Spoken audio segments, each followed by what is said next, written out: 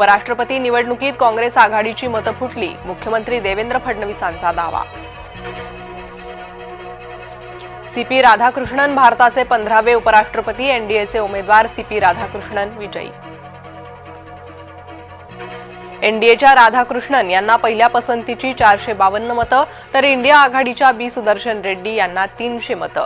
India आघाडीची मतं फुटल्याचा अंदाज। बालेन शहा नेपाळचे नवे पंतप्रधान होण्याची शक्यता, लष्कर प्रमुखांशी चर्चा करून नवीन सरकार बनवणार, बालेन शहा यांची माहिती।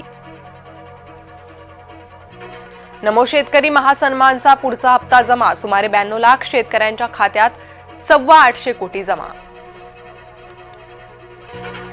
रोहित पवारांचा शिरसाटांवर 5000 कोटींच्या भ्रष्टाचाराचा आरोप, सिडको जमीन घोटाळ्याची एसआयटी चौकशी होणार, रोहित पवारांची सोशल मीडियावर पोस्ट करत माहिती।